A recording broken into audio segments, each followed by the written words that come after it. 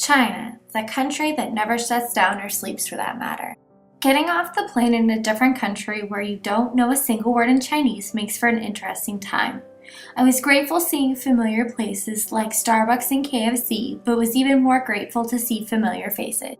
While in China, I tried many unusual things that I never thought I would. On Snack Street in Beijing, we were being offered candied cherries to meat patties that could have been either cat or dog. I did try the candied cherries, but left the cat or dog alone. The craziest thing I did try was scorpion. It was crunchy like a potato chip and had a little chicken flavor to it.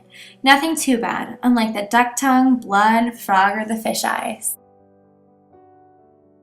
I have been to many historical monuments in the US, but nothing comes close to climbing/walking the Great Wall. With steps that were literally as tall as half my leg, it was just a feat climbing just 3 sections of the wall.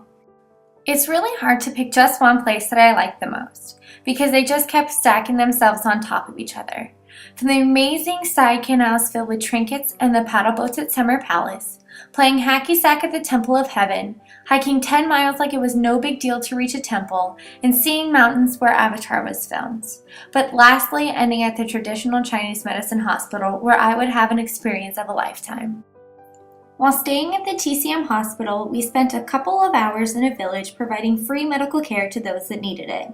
This was composed of the doctor writing out prescriptions for herbal teas while students were practicing acupuncture, cupping, and helping to diagnose the patients. The doctors then asked if any of us Americans knew how to take blood pressure. I then opened my mouth and said, "I do, but it's been a while."